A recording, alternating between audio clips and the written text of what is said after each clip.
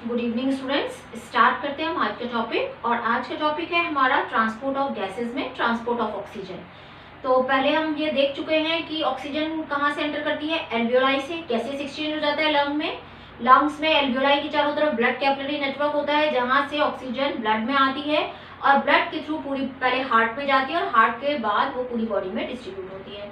तो जब ये लंग्स से आती है तो लंग्स से जब ब्लड में एंटर होती है तो वहां पर क्या होता है, जितनी भी ऑक्सीजन आई है, ब्लड के 2 पार्ट्स होते हैं, आपको सबको पता है, एक लिक्विड पार्ट और एक सॉलिड पार्ट। तो जो लिक्विड पार्ट है उस लिक्विड पार्ट को हम क्या बोलते हैं, प्लाज्मा।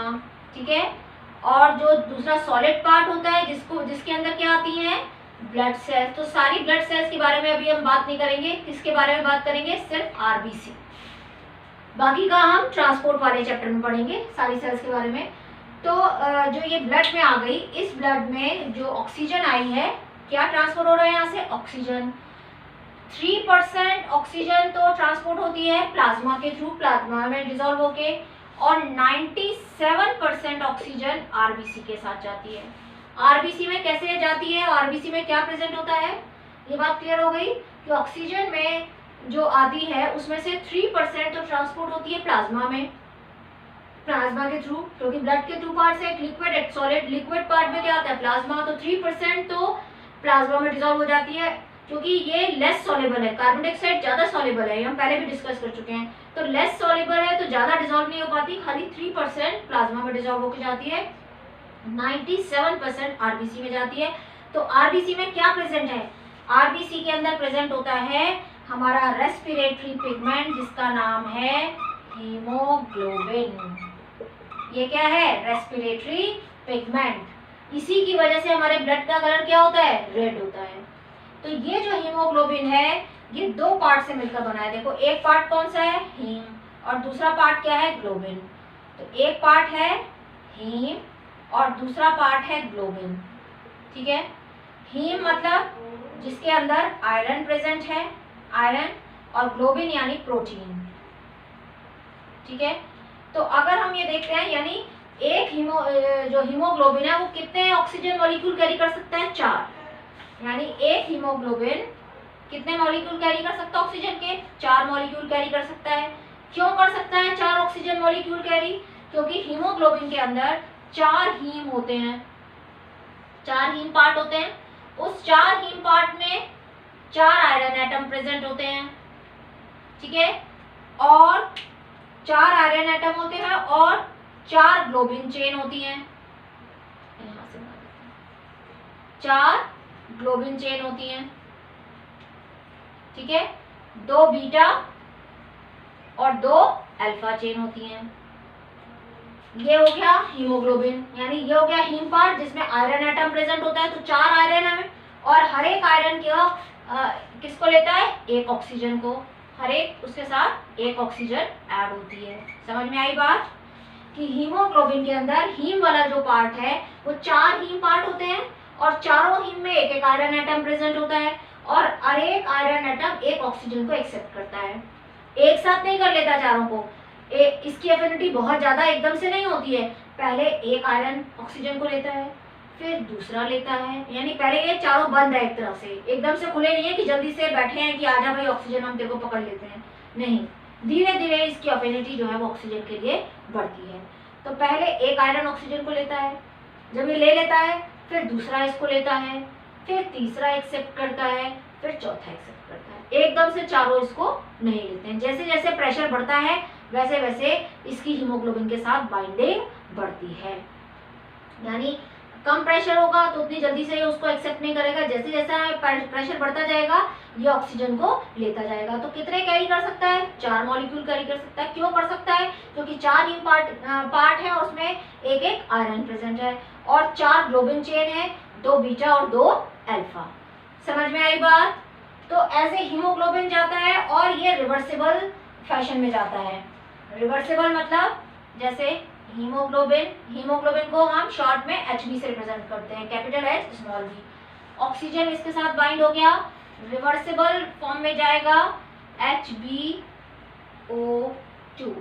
इसको क्या बोलेंगे हम, oxy haemoglobin haemoglobin, oxy haemoglobin. Oxy haemoglobin क्योंकि हीमोग्लोबिन के साथ क्या बाइंड हो गया, ऑक्सीजन। तो ये ऑक्सी हीमोग्लोबिन बनेगा कहाँ, ऑक्सी हीमोग्लोबिन बनेगा लंग्स के अंदर, और डिसोसिएट कहाँ होगा, टिश्यूज में। ठीक है, बनेगा लंग्स में, डिसोसिएट होगा टिश्यूज में। ये बात क्लियर हुई आपको। अब ये लंग्स में क्यों बनेगा, लंग्स में ऐसी क्या चीज प्रेजेंट है, तो वहां पर जो फैक्टर्स होते हैं वो कौन, ये बात क्लियर हो गई। कौन कौन से फैक्टर्स प्रेजेंट हैं जो इसको हेल्प करेंगे बाइंडिंग में। तो सबसे पहला तो होता है, एक आप पढ़ चुके हो, फर्स्ट हो गया पार्शियल प्रेशर, पार्शियल प्रेशर। ठीक है, ये क्या है, ये फैक्टर्स हैं जो इसकी बाइंडिंग में हेल्प करेंगे। तो फर्स्ट हो गया पार्शियल प्रेशर। आपको पता है कि लंग्स में पार्शियल प्रेशर ज्यादा होता है, पढ़ चुके हैं ना हम एल्वियोलाई में। अगर आपको याद हो तो हमने जो एल्वियोलाई का स्ट्रक्चर पढ़ा था, यहाँ ब्लड कैपिलरी का नेटवर्क है, तो यहाँ पर PO2 कितना था 104, और यहाँ पर क्या था PO2, जब यहाँ से ब्लड आ रहा था तो 40 था, है ना। पर यहाँ से जब ये आएगी PO2, यहाँ पर ये तो डीऑक्सीजनेटेड की बात है, ऑक्सीजनेटेड होके आएगी तो यहाँ 95 है। तो यहाँ एल्वियोलाई में क्या था 104 था पार्शियल प्रेशर, तो इसलिए ये आराम से इसका पार्शियल प्रेशर ज्यादा है, इसलिए ये किसके साथ कंबाइंड हो जाती है, हीमोग्लोबिन के साथ। फर्स्ट हो गया पार्शियल प्रेशर, किसका, ऑक्सीजन का पार्शियल प्रेशर हाई होता है। ठीक है, दूसरा यहाँ पर जो यानी PO2 हाई हो गया, इसको हम लिख सकते हैं PO2 हाई हो गया, और टेम्परेचर लो होता है। तीसरा कार्बन डाइऑक्साइड PCO2 लो होता है, टेम्परेचर भी कम होता है, कार्बन डाइऑक्साइड का पार्शियल प्रेशर भी कम होता है, क्योंकि हीमोग्लोबिन कार्बन डाइऑक्साइड के साथ भी कंबाइंड होगा, जब कार्बन डाइऑक्साइड ट्रांसपोर्ट पढ़ोगे तब आप देखना। तो PCO2 कम होता है। चौथा हाइड्रोजन आयन कंसंट्रेशन भी कम होती है। तो ये सिर्फ पार्शियल प्रेशर, देखो कितना इजी है कि जहां पर O2 हीमोग्लोबिन के साथ बाइंड हो रही है वहां O2 ज्यादा है, बाकी सब कम है। ये क्यों कम है ये हम अभी पढ़ेंगे आगे। टेम्परेचर कम है, PCO2 कम है, यानी पार्शियल प्रेशर का कार्बन डाइऑक्साइड कम है, हाइड्रोजन आयन कंसंट्रेशन कम है, टेम्परेचर लंग्स में बाकी सारे ऑर्गन्स के कंपैरेटिवली कम होता है। कार्बन डाइऑक्साइड वहां होगी नहीं क्योंकि ऑक्सीजनेटेड ब्लड आ रहा है, तो PCO2 कम होगा। जब PCO2 कम है, टेम्परेचर कम है, CO2 कम है, हाइड्रोजन आयन कंसंट्रेशन भी कम होगी। ये हम पूरा अभी आगे डिस्कस करेंगे। तो अब क्या बन गया यहाँ पर, जब पार्शियल प्रेशर इसका ऑक्सीजन का ज्यादा है, PO2 ज्यादा है, तो ये हीमोग्लोबिन के साथ यहाँ बाइंड हो जाएगी, और बाइंड होके कहाँ जाएगी, टिश्यूज के पास।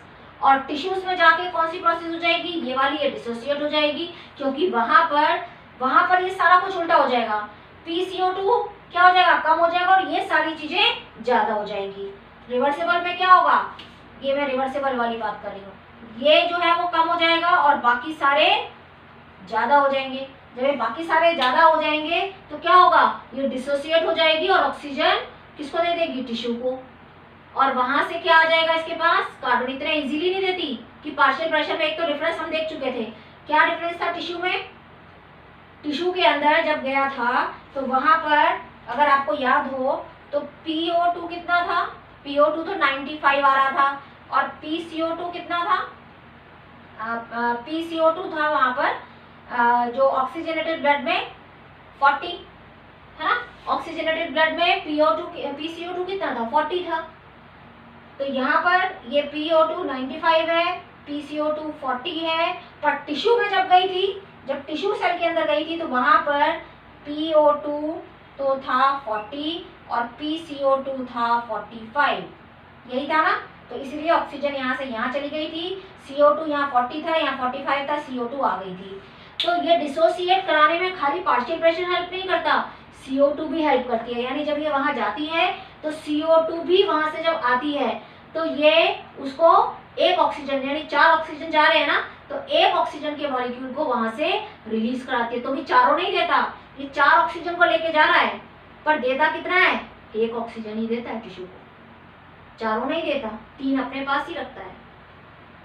ये बात क्लियर हुई। मैं यहाँ पर थोड़ा सा बताती हूँ, वैसे हम कार्बन डाइऑक्साइड ट्रांसपोर्टेशन में पढ़ेंगे इसको। देखिए ये बात क्लियर हो गई ना, यानी PO2 ज्यादा है और बाकी सब कम है। और उल्टा जब डिसोसिएशन होगा तो CO2 ज्यादा, हाइड्रोजन आयन कंसंट्रेशन ज्यादा, टेम्परेचर ज्यादा पर PO2 कम। यानी यहाँ से जब एल्वियोलाई, देखिए ये एल्वियोलाई है और यहाँ से ये मान लो ब्लड कैपिलरी जा रही है किसके पास, यहाँ पर टिश्यू प्रेजेंट है, टिश्यू की एक सेल बना लेते हैं, ठीक है, ये टिश्यू प्रेजेंट है। यहाँ से RBC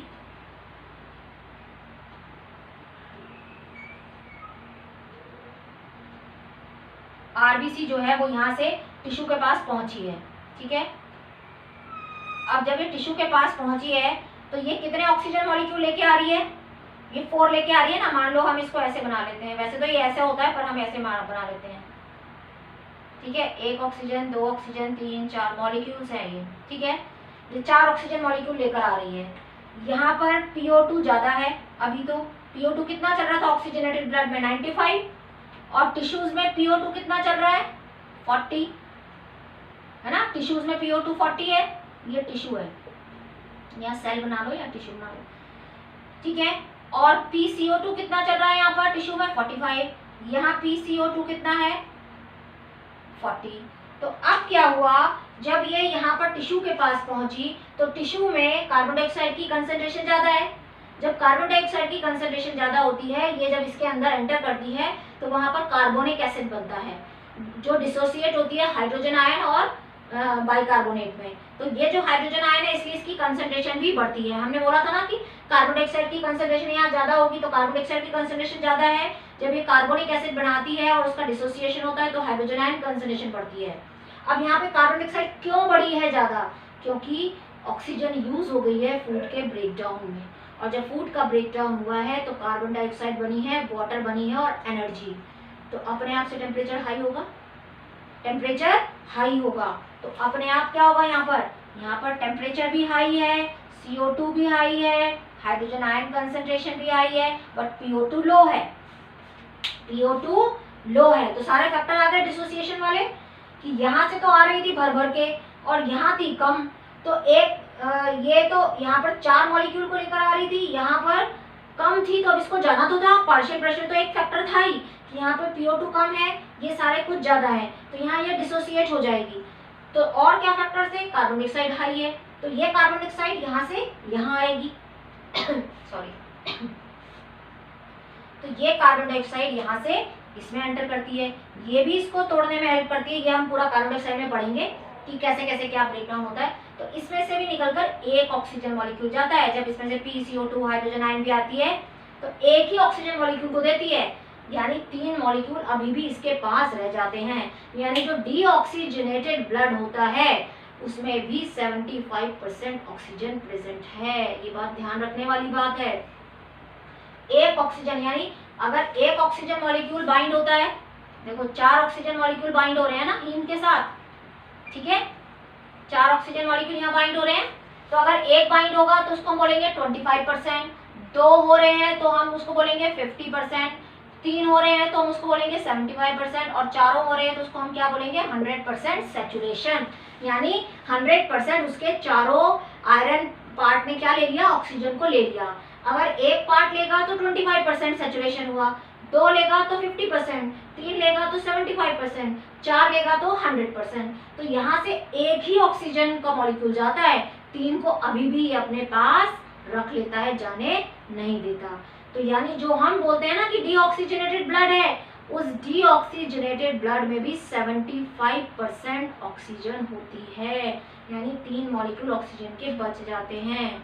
तो हम ये नहीं बोलते कि उसमें से ऑक्सीजन है ही नहीं, बट एक मॉलिक्यूल चला गया है इसलिए हम उसको बोलते हैं डीऑक्सीजनेटेड ब्लड। समझ में आई बात कि 4 में से भी ये एक ही को देगा, 3 को नहीं देगा।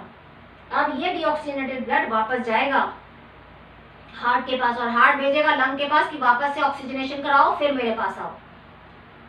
समझ में आया स्टूडेंट? एक चीज और पहले मैं आपको बता दूं यहाँ पर कि 100 ml ब्लड कितने ऑक्सीजन डिलीवर करता है। आपको पता है कि 100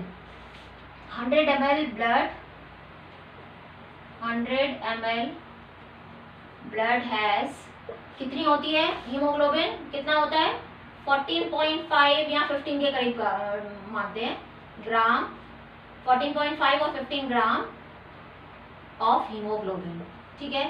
यानी 100 ml ब्लड में 14.5 या 15 ग्राम ऑफ हीमोग्लोबिन होता है। और 1 ग्राम हीमोग्लोबिन कितना, 1 ग्राम हीमोग्लोबिन कैरीज, कितना कैरी करता है, 1.34 ml ऑक्सीजन। यानी 1 ग्राम हीमोग्लोबिन कैरी कर सकता है 1.34 ml ऑक्सीजन का, ठीक है। तो अब 100 ml ब्लड में कितना लेके जाएगा, तो हम इसको मल्टीप्लाई करते हैं, 14.5 मल्टीप्लाई बाय 1.34 कितना आएगा, 19.7 ml के करीब आएगा। ये हमने उसको ml में कन्वर्ट कर लिया। और 0.3 किस में होता है, प्लाज्मा में, परसेंटेज की जगह हमने उसको ml में कन्वर्ट कर दिया। तो टोटल हो गया पर 100 ml ब्लड कितना कैरी कर रहा है ऑक्सीजन, 20 ml। यानी 20 ml ऑक्सीजन जो है 100 ml ब्लड कितनी लेके जा रहा है oxygen, 20 ml oxygen, 20 ml oxygen, ये ml है तो 20 ml ऑक्सीजन। समझ में आई बात कि 100 ml ब्लड है 14.5 और 15 ग्राम ऑफ हीमोग्लोबिन, ठीक है। और 1 ग्राम हीमोग्लोबिन कैरी करता है 1.34 ml ऑफ ऑक्सीजन। तो 14.5 को 1.34 से मल्टीप्लाई किया, 19.7 ml आ गया और 0.3 प्लाज्मा में डिजोल्व होके जाता है। तो टोटल हो गया 20, 19.7 और 0.3 20। तो 100 ml ऑफ ब्लड कैरी करता है 20 ml ऑक्सीजन। ये बात क्लियर हो गई कि कैसे 20 ml ऑक्सीजन डिलीवर करता है 100 ml ब्लड। अब ऑक्सीजन डिसोसिएशन कर्व के बारे में हम देखते हैं कि वहां पर कहाँ कहाँ कितना सैचुरेशन होता है हीमोग्लोबिन के साथ। कैसे हम बोल रहे हैं कि पार्शियल प्रेशर बढ़ने पर ऑक्सीजन का हीमोग्लोबिन के साथ सैचुरेशन यानी बाइंडिंग बढ़ती है। तो अब हम नेक्स्ट उसमें देखते हैं।